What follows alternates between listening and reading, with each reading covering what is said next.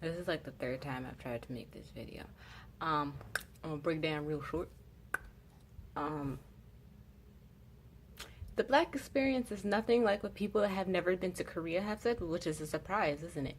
Um, so my experience is gonna be different than people that are lighter than me and people that are darker than me, cause colorism. And a lot of the time they assume people that are my skin tone and have almond eyes like mine are mixed somehow, and that our mom is Korean and that our dad is a military person from the America, and the fan fiction is real. Um, but basically, I had like a few racist experiences, but they were like experiences that weren't harmful. They were just like, wow, you're stupid, or like, wow, that was uncomfortable. So there was one time where like we were eating samgyeopsal for 9,000 won per person. So we were there for a while, and there was this Korean guy and this Korean girl that was sitting at a table right next to us. And a lot of the times, those barbecue places, all the little barbecue girls are rather close together. Um, so we were sitting there, minding our own business, and a lot of Koreans assume when they see foreigners that we don't know any Korean. I got something for you. Um, like they didn't see that Yonsei jacket around my shoulders. Um, and my friend noticed. I didn't notice because I usually just blank out, and I had I had food in front of me, and that I don't pay attention to the rest of the world when there's food in front of me.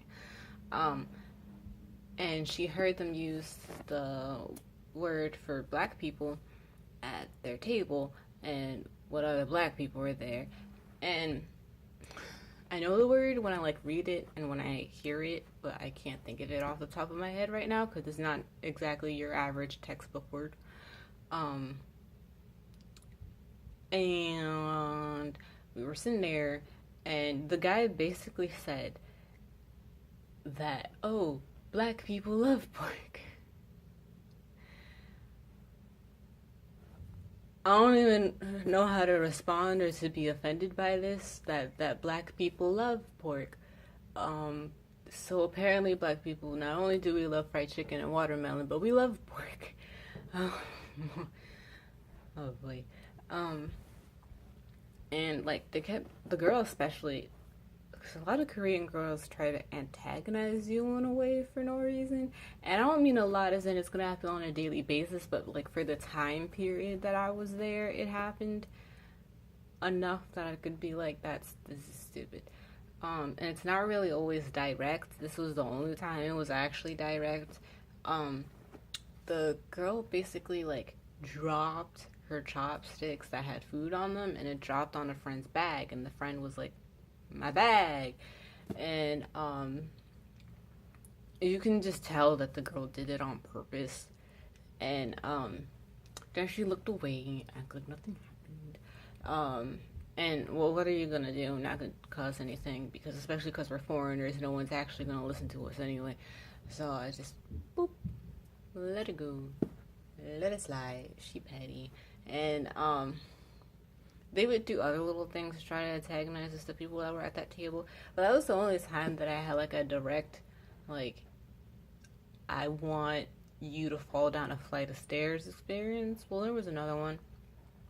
In Shinchon there is what's it called? Art box. There's an art box. Don't go to that art box. Those them head is crazy. Um, they purposely make it harder for foreigners to return things, even though it's not in their policy, because they think that you can't read Korean. But because I could read the Korean on the bottom of the page, and I even Googled it to make sure that I was right, I was in my right to return the product that I had that hurt my ears. It was ear headphones that were terrible headphones. Do not buy headphones from there. Just go to the convenience store. Um, and I was in my right to return those headphones. Nowhere in the thing did it say that I couldn't return the headphones. And I made it a point. I made it a point to tell them to throw away the headphones, and they looked shook because they wouldn't let me freaking return the headphones when I had the right to return the headphones. And I was speaking to them in my broken Korean and using Google Translate, so they knew what I was saying. And they kept saying that, oh, well, it works for us and it's fine for us and it doesn't hurt us, so you can't return it. And I'm like, well, where does it say on the bottom of this receipt where it says that I can return this perfectly fine? Where does it say? Where does it say what you just said? Because they went and they tried on the headphones. Yeah, a customer told them that they didn't like the headphones. They were bad headphones. The headphones hurt whenever they played music, and they tried on the headphones. So I told them to throw it away, and they stuttered and looked really confused. That I said, just go ahead and throw it away if you're not gonna throw it away. And again, I did that to make a point, and they threw it away.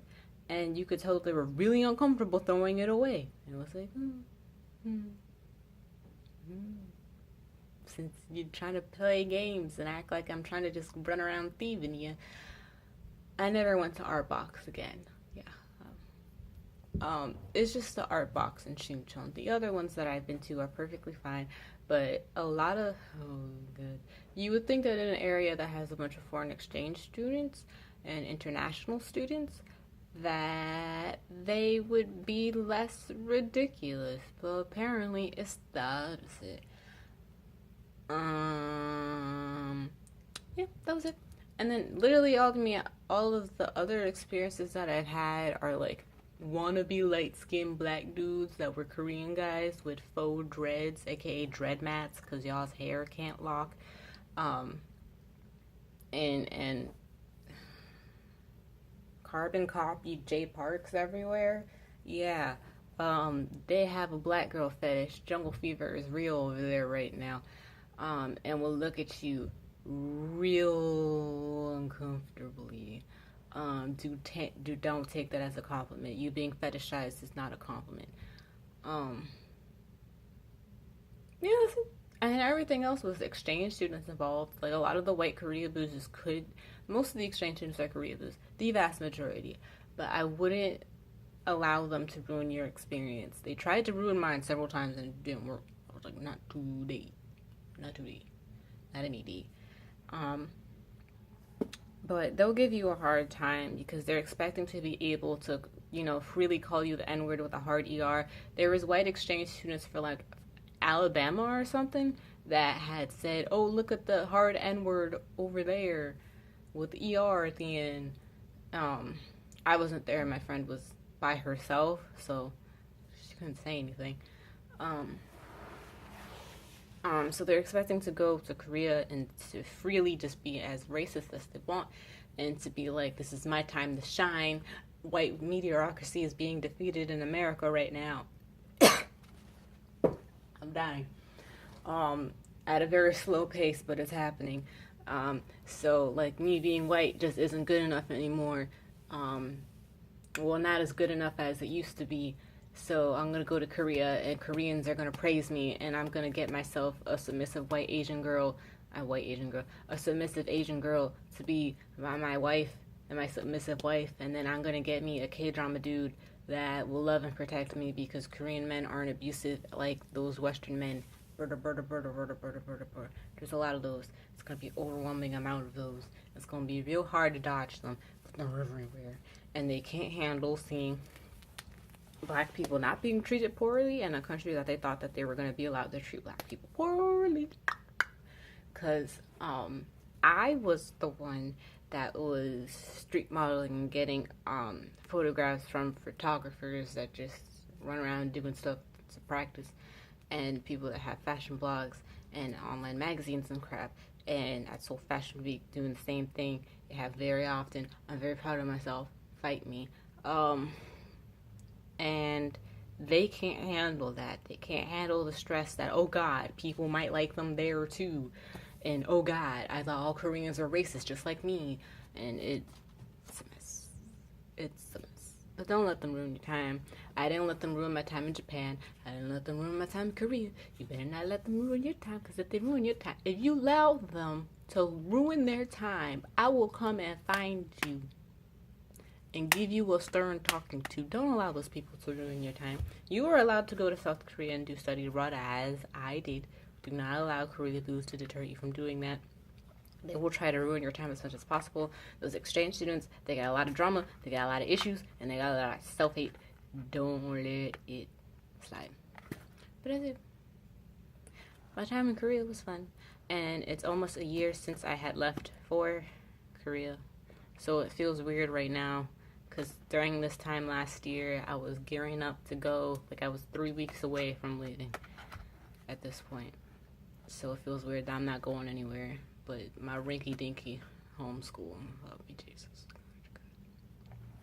But if you want to hear more Korean stories, you want to see me do the kind of makeup that I would do in Korea, I mean, I still do that here, so it's just my makeup routine, to tell you the truth. And Korean beauty recommendations and other stuff and other Korean things. I'm not just going to be strictly Korean things. I'm a musician. I'm a musician. I do music. I'm an artist. I'm on Spotify. That's not even a joke. I'm on Spotify. So other than me and my burps, that's all I got. I'm gonna see you.